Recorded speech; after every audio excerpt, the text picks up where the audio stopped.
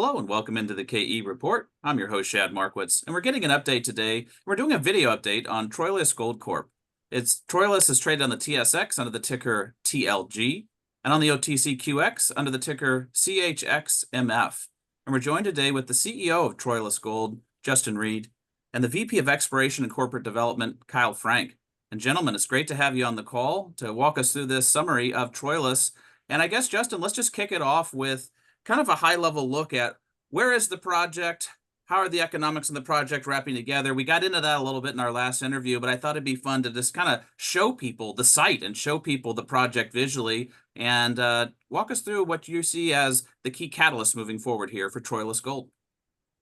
Great. Thanks, Shad. And it's great to have Kyle on as well, so you can talk to people who actually do the real work. And yeah, it's great to have some visuals up, and you can see here. I'm just going to do a real high-level summary and throw it over to Kyle, but that's a picture of our site up front. That's the 87NJ deposit. That's where the majority of, that's where all the historic mining was, and that's going to be a small part of the future mine. And Kyle, if you could go ahead a slide. We're located in the Portet-Evans Belt, southern James Bay of Quebec.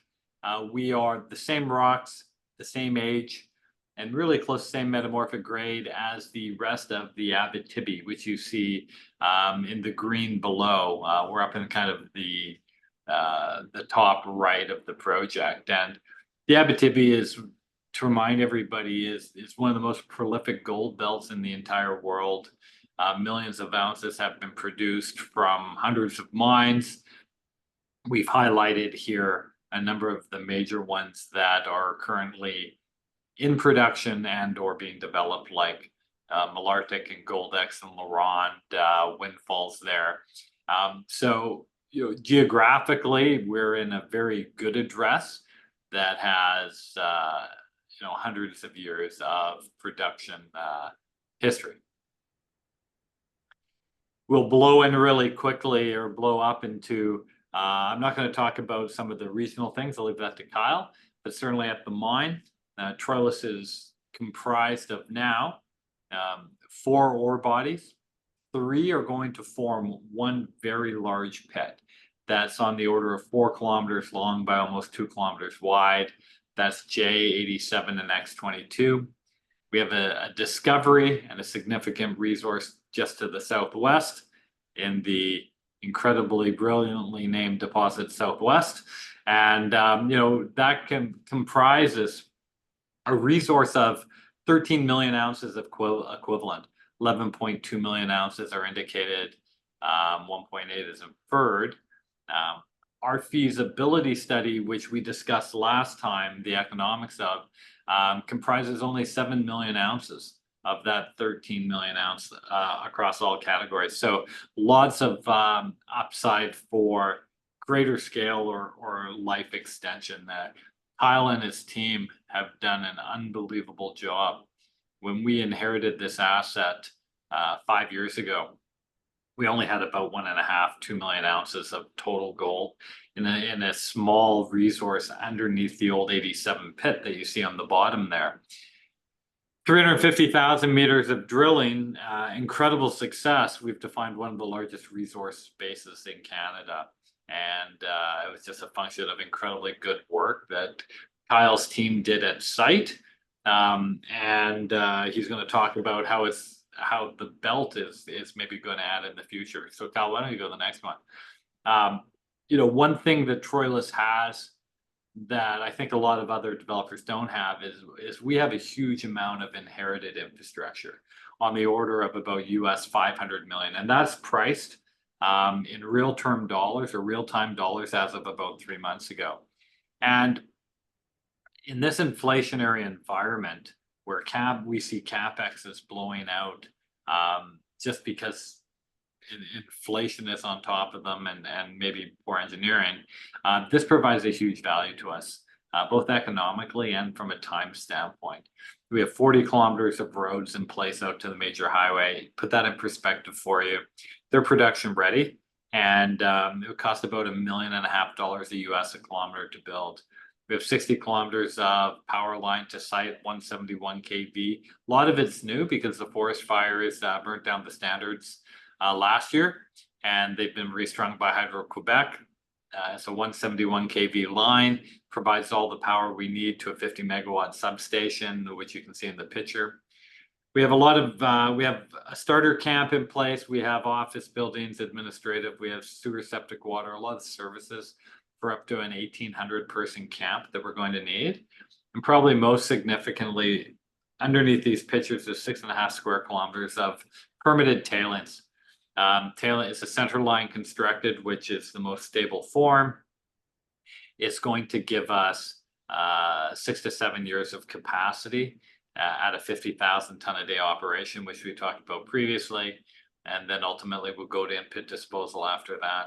All of this together not only provides a low capital intensity to a build of this scale, which is a very, very large build, but it also provides a time savings. To permit a brand new tailings would probably be a 3-year effort and a $350 million venture. And so, you know, Troilus is kind of already rounded first base because of a lot of our civils already done. Kyle, why don't you go ahead? And then just a couple more slides from me, and I'll be quiet. But to remind everybody, our feasibility on the 7 million ounce reserve we have, we're engineering it or suggesting a 22-year mine life. Again, kind of only on half of our reserves, our resource. Average production is over 300,000 ounces a year over that 22 years. When I say equivalent, it's 80% gold, about 20% copper, to remind everybody, on 6.7 million ounces. When we get into a higher grade material, kind of in year 6, 7, 8, we're going to be producing over 500,000 ounces a year, which puts us in kind of the absolute top quartile of Canadian operations. And you know, all-in sustaining costs, we're in a $2,400 gold environment right now. Gold's been incredibly strong this year, up by about 25%. All-in costs are $1,100 an ounce, which is a really great margin. CapEx is $1 billion US to build. And if we look at our base case was done below $2,000. That gives us over an $800 million US after-tax NPV. At our spot case, as of a couple of months ago, which was $2,300 gold and $2,750 silver, $430 copper, we're much higher than that now. It's a $1.6 billion after-tax NPV. And if we look at a $3,000 gold price, which is not that far of a reach from where we are now, and if you look at the projections from analysts going forward, could even be achieved this year or next. $5 copper price we've hit, $30 silver price we're there now. After tax, it's almost a $3 billion US NPV, 28% after tax IRR, pretty fast payback. So a really, really robust study and mine. What we don't go into in this presentation is the cash flow profile. You know, at base case is sub $2,000. We're going to be producing over 150 million US in after-tax free cash flow a year. So really robust project. That was just kind of a summary of everything. And, you know, Shad, like we chatted about, you know, the real purpose here is to talk about what else is there beyond Troilus. How do we make this deposit better? And what do we have regionally? Because Troilus has a huge ground package. So from there, maybe I'll stop talking. Well, Justin, I appreciate you walking us through the site project, infrastructure, the economics of the project, very robust. And I like that you included $3,000 gold because it really isn't that far away and people can see the leverage you have to upside metals prices. But I know your team has been very busy on the exploration front. As you said, 350,000 meters drilled. So Kyle, walk us through the key takeaways from last year's work program. You guys were very busy on the ground. And then also importantly, walk us through where you see the blue sky upside for the project moving forward, because there's still so many areas you can still explore and push the boundaries of the resources.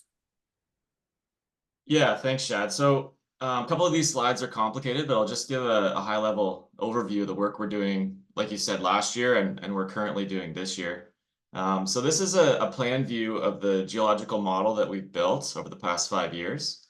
The team's done an outstanding job of understanding the geology at Troilus and the structural controls, and ultimately what controls mineralization at the project. So in our news, if you follow it, we made this discovery called X22. It was in late 2022, and that was a big focus of our drilling last year. So this is a little bit complicated, but the J zone, like Justin pointed out, is in the north, Z87 in the middle, X22 just on the edge of it, and southwest about 3 kilometers down the road. Something you'll notice, just high level geology, is all these deposits are located kind of on the periphery of this Troilus diorite, which is really the focus of our exploration. X22 is a little bit different in that it's located inside the diorite, and I'll show the impact of that on the next slide. So like I said, it was the focus of our exploration last year. We drilled about 25,000 meters into X22.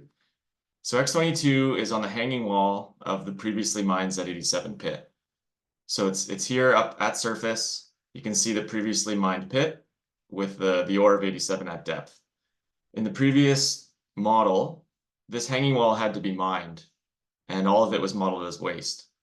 So with the discovery of X22, it's brought in a lot of ore blocks in the hanging wall that have to be moved to get to depth to 87, decreasing our strip ratio. So that's one of the big reasons our strip ratio decreased from our PEA to our feasibility study was the discovery of X22. It dropped from 3.9 to 1 to about 3 to 1 in our current study.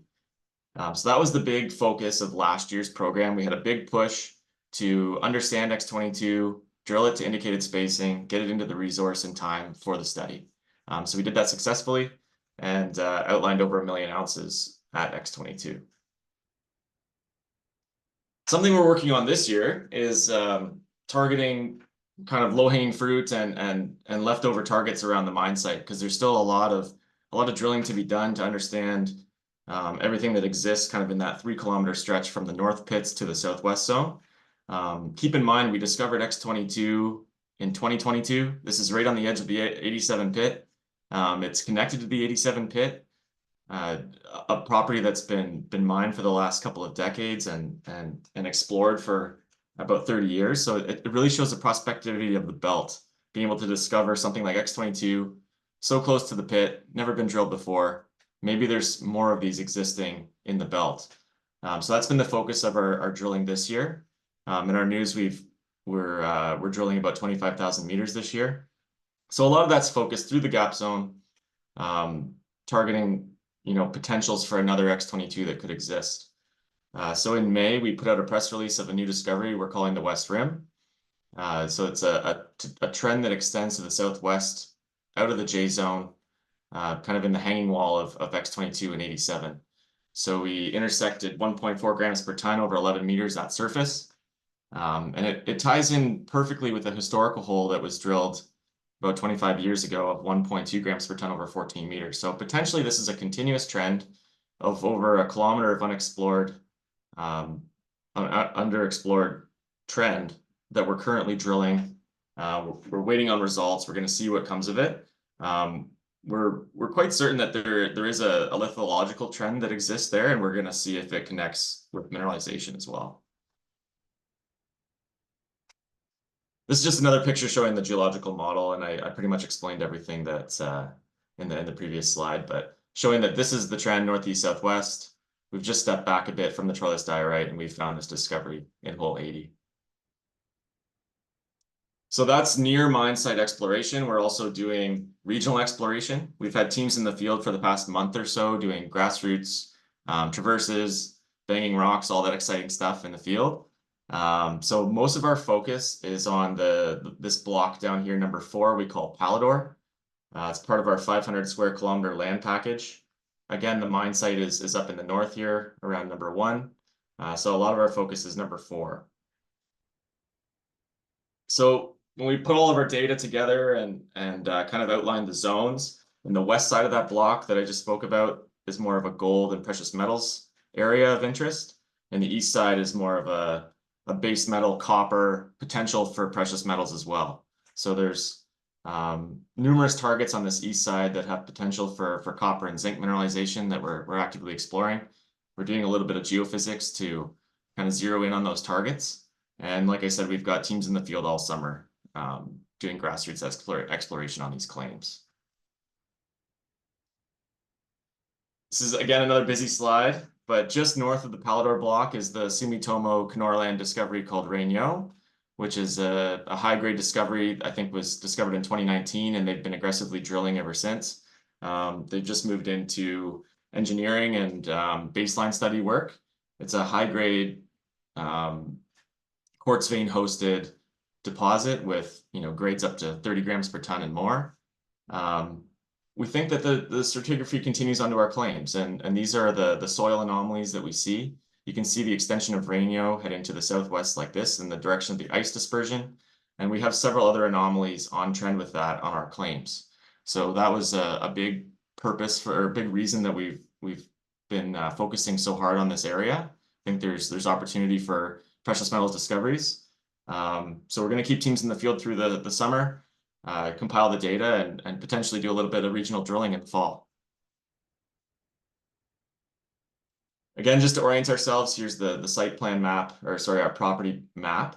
I just spoke about Palador here. I'll just talk about one more target we call Testard, which is sort of in the middle of our property. Again, Reigneau is a vein-hosted high-grade gold deposit, and we've punched about 5 holes into the Testard target.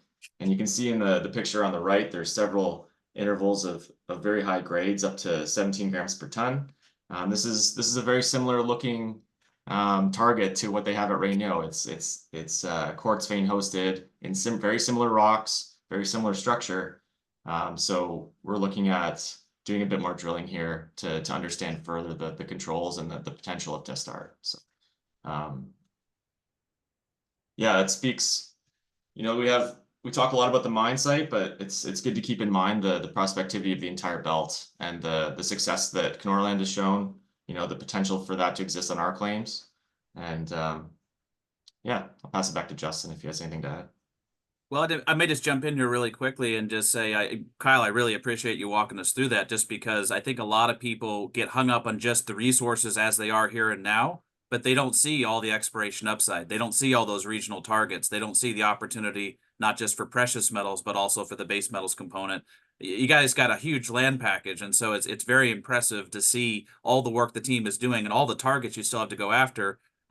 It's a big area and a lot of work ahead of you, Kyle, so good luck to you and your team. And Justin, I think it'd be nice just to wrap us up with, I guess, just some of the key catalysts coming down the pike, because there's still a lot of de-risking work the team is doing behind the scenes. There's a lot of work you're doing, not just on the metallurgical side and the engineering, but also on permitting. Just walk us through what investors should be looking out for coming down the pipeline. Yeah, thanks for that, and thanks for the presentation, Kyle. I was actually just at site with Kyle for all of last week, looking at all these great things, and it's pretty exciting. So, first of all, look for results coming out of Kyle's group on the exploration side. Troilus doesn't need more ounces, but certainly what we're seeing is that we have a belt, not a deposit. And a lot of the work we're doing is focusing on higher grade material that could be very accretive to a large mine model. So I think that's one thing. I think a lot of value that isn't focused on by the market is really where you are in the de-risking and the evolution as you move towards development. Unlike a lot, Troilus has been permitting for 3 years. It's all going to culminate into our EISA, which is going to be filed by the end of the year, and then we move to COMEX and other approvals federally and provincially. But we are really looking to conclude permitting by the end of 2025 or really early 2026, which is just a year and a half. It's a blink away, and so a lot of our pre-development work and engineering is kicking off. And one of the major things we're doing right now is we have, and Kyle and I saw last week, we have barges into the 2 flooded pits with gigantic pumps ready to go from Pump Saguenay. We have energy out to the pits. And we have our settling ponds down, our water treatment plant in place, our spillway done, and we're going to start dewatering essentially this week or very shortly. We've done water management before to make sure everything works, but we're going to be dewatering shortly in earnest, which is a major event as we start to open up these deposits to get ready for development. So you'll see all of that coming out of from us, and we'll be giving some updates as well. We are working very hard on moving the financial side of this forward, and we look forward to updating the market there. So in an appreciating gold market, a highly levered name that is nearing the end of the permitting process and moving towards ultimate development, I think Troilus is in a really, really good spot to benefit from the markets as we move forward. All right, well, great summary, gentlemen, and I appreciate you doing this. I hope people following along enjoyed seeing the visual project, seeing where the growth could come, and finding out that there's a lot more work on tap, bringing it forward, de-risking it. That's not far on the permitting, Justin, as you mentioned. It's just right around the corner in mining terms. And for people that want to follow along with the news flow, click on the link below this interview in the show notes. It'll take you right over to the Troilus website, directly to their news section, so you too can follow along with the news as it hits the markets. And keep us posted, gentlemen, on more news as it hits. We'll get you back on the show for an update, and looking forward to our next conversation. Thanks, Chad. Thanks, Chad.